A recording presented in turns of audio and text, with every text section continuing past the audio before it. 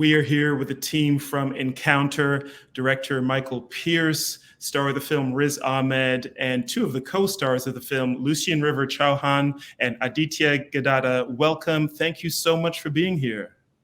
Yeah, it's an honor. Thank you. Thanks for having us. I'm glad that all of you are here. This is very much a family story, and we've got the core of the family here with us as well. But Michael, I want to start with you. You were last at our festival with Beast about 4 years ago. This is your follow-up, but it's a very different kind of film in terms of the story. But there is an atmosphere that feels very similar, that atmosphere of suspense, of threat just around the corner. And I wonder if you could talk about generating that sense of suspense in your films, especially here in Encounter.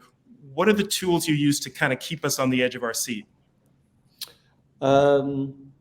God, you're starting with like a big question. I haven't, because I've only just finished the film a few weeks ago. I haven't had time to like digest it and figure out totally what it is yet. But it's true. There's probably like some similarities with Beast in so much as it's a character study, but it's using genre to put the characters under extreme pressure. And I guess I'm interested in seeing, looking at human behavior that resonates with me within a very tense pressure cooker. There's something about that combination of a character study and some kind of visceral, tense genre experience that just feels like a really exciting cocktail. In terms of how I go about it, I think it's just, I love movies that use the whole arsenal of the toolbox that you have as a filmmaker, whether that's sound design, music, having a rich repertoire of rhythm in the edit for when you're slowing down and when you're tightening up. And yeah, it's really a journey. A lot of it is happening in the edit room where you're trying to find the music of the film, so to speak, and just give us, me and the editor and friends that come and watch it. You can just sort of feel when your palms start sweating, when something's starting to feel tense. So it's really, some of it's pre-designed and some of it's working on a kind of a gut level intuition as we're making the film. Mm-hmm. Riz, so much of this is rooted in your performance as Malik, the father in the movie. You have to walk a very fine line playing what Malik sees against what might really be happening and keeping the audience uncertain all the way through. How did you and Michael and you and River and Aditya work on making sure that we weren't sure what was going on with Malik all the way through? Well, I mean, I certainly wasn't sure what was going on with Malik all the way through. And in a way, that's the way I like it. I don't like to be too much in control of planning what the end result of a performance or how people might interpret a character or a scene. We spoke a lot about it. We rehearsed together, didn't we, guys? And we read through the script and read through scenes. And Michael had some really, really helpful, really clear ideas and insightful thoughts on the different layers of stuff that was going on. But then we kind of turned up and set, and we try things, we play, we improvise. And really a lot of that kind of fine balance you're talking about is what Michael found in the edit. And he gave us that freedom on set to play. And because there's so much going on in every scene, to lean more one way or the other from take to take, and even just, try whole new things that weren't scripted. And then he would kind of find that in the edit afterwards. So we just felt very, very safe in his hands. Mm-hmm. River, Aditya, I want to ask you guys the next question, which is about making this feel like it's a real family. You probably don't have a lot of time once the movie is cast before you start shooting. How did you work with Riz to make us watching feel like he really was your dad? And maybe Aditya, I'll ask you first. What did you do to work with Riz to make us feel like he was your real dad? So yeah, we had a lot of time when we were not filming. So like, we used that time to like bond. Mm-hmm. Did you play games or what did you guys do? We played games, yeah. Mhm. But not with like the boards and like games you can play in the car. Okay, cool. Like- River? Before we started filming, we did do some rehearsals at Michael's place, which was a really cool place. It was in LA, and it had this. It was just a giant house, and we got a chance to swim a little bit and really just connect there, and we got to really just hang out, which was really awesome.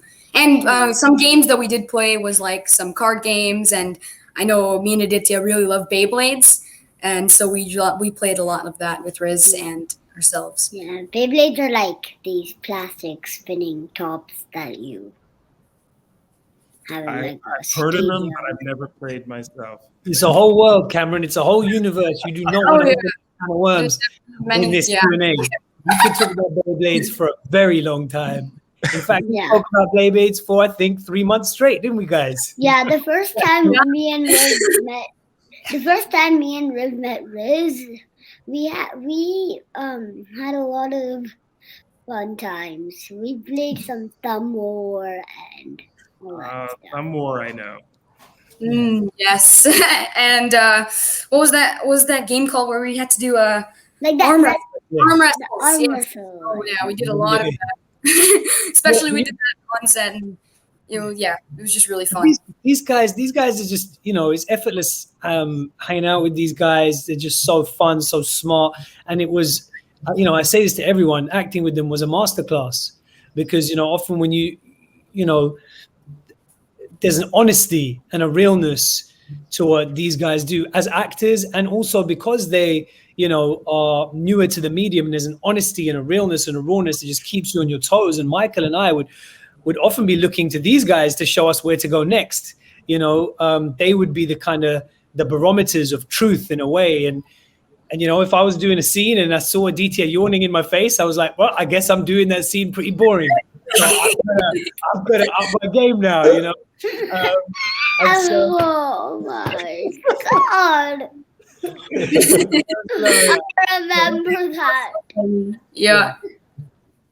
So we had a lot of fun, but we're just hanging out. And also it was the pandemic, right? So we hadn't hung out with a lot of people for a long time. So we all got to hang out without a mask, and it was like we were all like kids in a way, just happy to hang out together. Mm-hmm. Have you guys? Have you seen the completed movie yet? So I have seen a little bit of it yesterday night, but I haven't seen all of it yet. I have seen about halfway, and so far it looks so awesome. So nice job to all of you guys. You did an amazing job. Mm-hmm. Yeah, same. I saw a little bit. Mm-hmm. So What's your score out of 10, Aditya? Because you saw a clip when we did some ADR, and you said that the shot that you saw was at least 8 out of 10. And so I was nervous about what you're going to say about the final film. Do you have a score yet? You don't have to say, but I have a if you do, score now. What is it? 100 on 10. Wow. Nice. Yep, I would probably rate it the same. I'll take that. That's high praise. All right, so guys, there's a lot of bugs in this movie. How do you feel about bugs? Do bugs scare you? Oh boy, bugs! I'm not a big fan of bugs at all. That's why I live in Canada. I don't really They're like really bugs, cold. but I don't really like spiders or worms or But I used to have pet ants, so yeah. Okay, so you can handle Luckily, bugs. there was no bugs on the set where these guys were. We did that as a separate shoot, but there were a lot of snakes around where we're shooting, so we often had to have snake wranglers. I don't think you guys saw any, but a few of the crew did. That was Was there a boa constrictor? I don't think that type, but rattlesnakes. Not boa They were the constrictors. ones.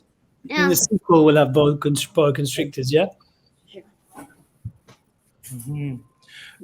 There are visual effects in the movie as well, and Michael, I want to ask you about that because this is something that you were working with, I think, for the first time in a feature film, and that has to also be a part of the reality of the movie. We have to feel like we're not being taken into a complete fantasy world, but it's still part of the texture. How do you weave in the visual effects to make us feel like this is still part of the reality, at least Malik's reality? Yeah, that was like a great just sort of learning experience and pleasure for me to play. You know, it was a new toy that I got to experiment with, and the main thing that we wanted to do was approach it in such a way that it felt like there was a tactile quality to them, and you could. So a lot of the things that we were experimenting with is like, you know, making sure that all the visual effects had, you know, shallow focus, and there was a kind of three-dimensionality and a kind of it felt like we were optically capturing the VFX as if they were like, you know, we'd film them on set. So that was a long journey. I think something like 8 months from beginning to end, from developing some of those ideas. And we were just trying to do it in such a way that it didn't dominate the film, because there was maybe drafts of the script where it became very VFX heavy, and there was a danger that it would eclipse the sort of family dynamic. And me and Riz were always talking about the film as, you know, the North Star for this movie was really the relationship between Malik and his two sons. And if any of the genre elements started to encroach on that too much, then I don't know if the movie would work. Like the spotlight really had to be on Riz and the kids. And so it was just, we just had to measure carefully, like when we would introduce them and when we could tease an audience to get inside Malik's character's head, but not run away with it to such a degree that it just felt like a different movie. It always had to feel like it was driven by Malik and the boys. Mm-hmm. One of the things I really appreciate about the film is that it plays as a genre film, as a kind of alien invasion movie on one level, but there's always more going on. And part of that is the real world fears that you weave in, having to do with the divisions in America right now, around race, around political ideology, around religion, those kinds of things.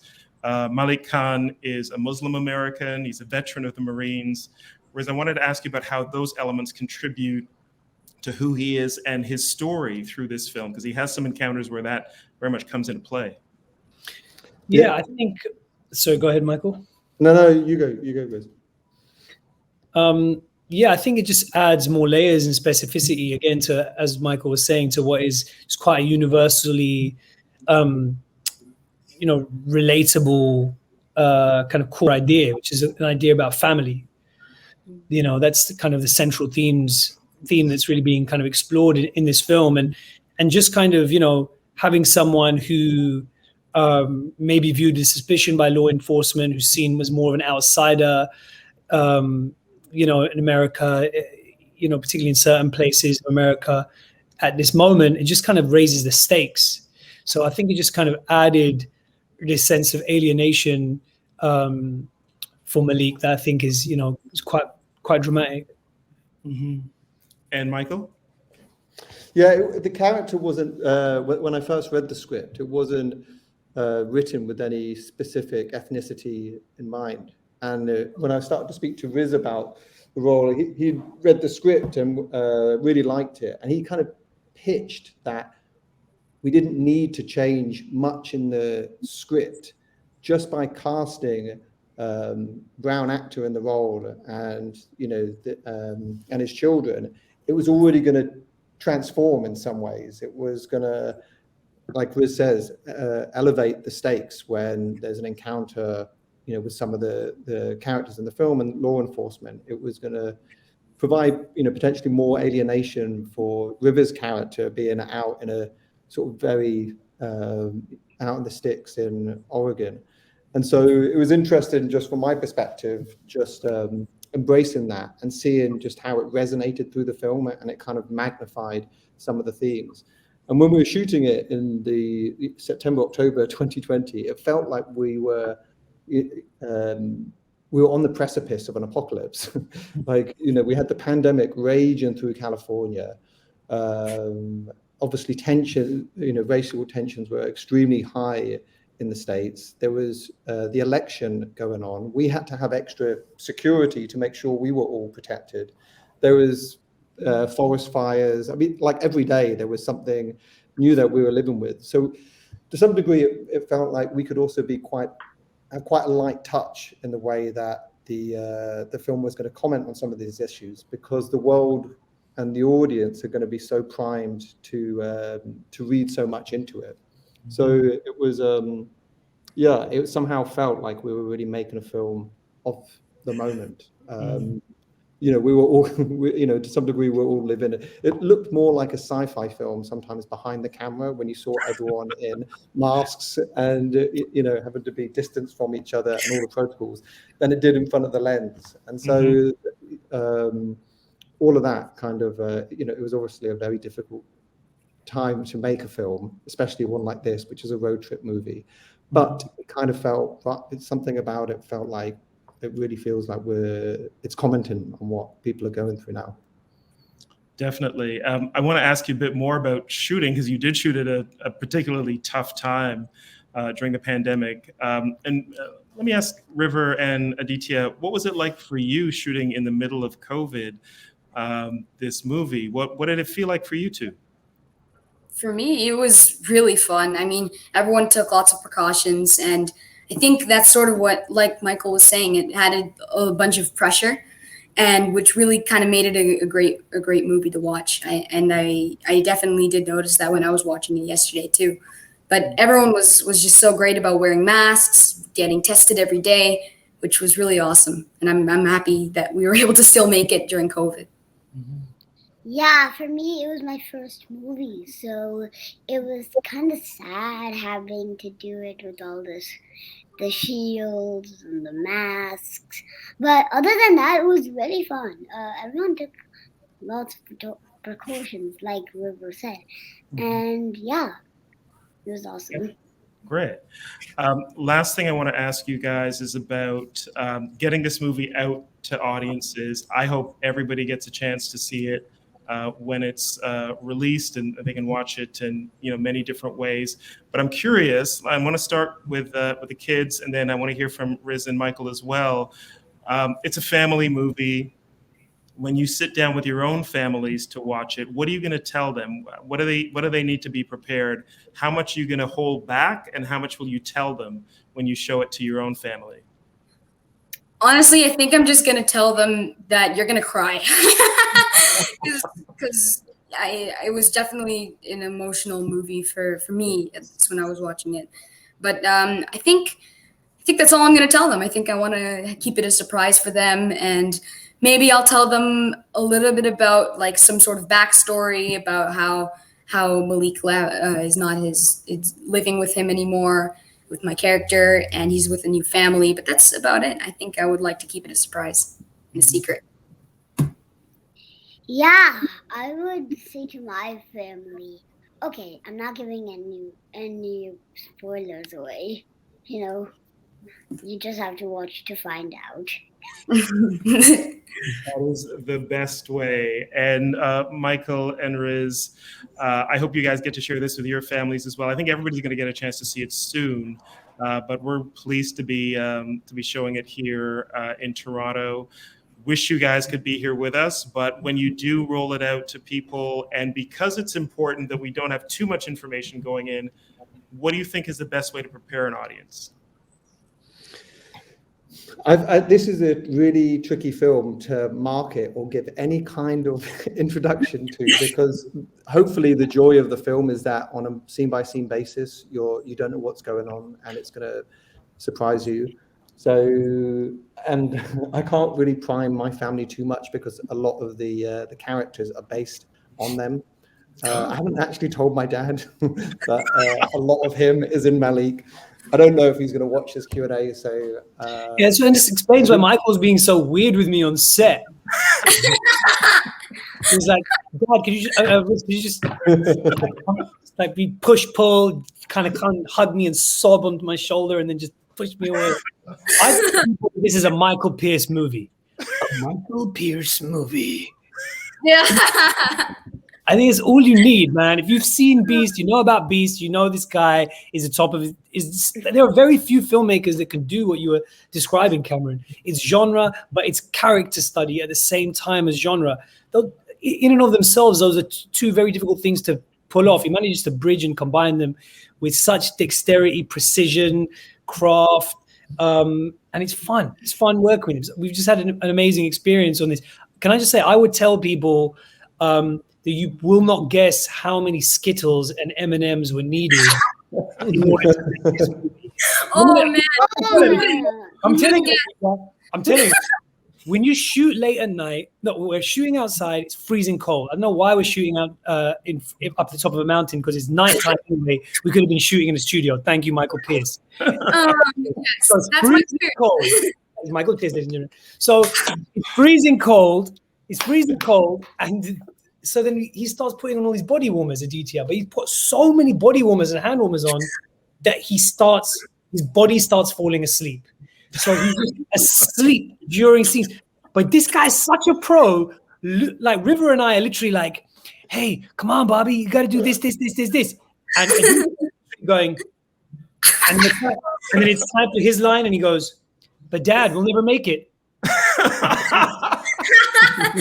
We've got to show the behind the scenes footage. So then the only way to get through the scene is you got to pump him for the Skittles and M&Ms. He's like, I don't want candy. It's like, eat the candy. So he's like just falling asleep, high off sugar. If you watch closely enough, you can tell which takes which. That was the first time my mom was forcing me to eat sugar. Oh yeah, that must have been great. That was a memory I won't forget. That's for sure. Oh, I remember that scene. Guys, thank you so much for doing this. Thank you for Encounter and for bringing it to the Toronto Film Festival. I just want to thank again the stars of the film, Riz Ahmed, Lucien River Chauhan, and Aditya Gadada, and the director of the film, Michael Pearce.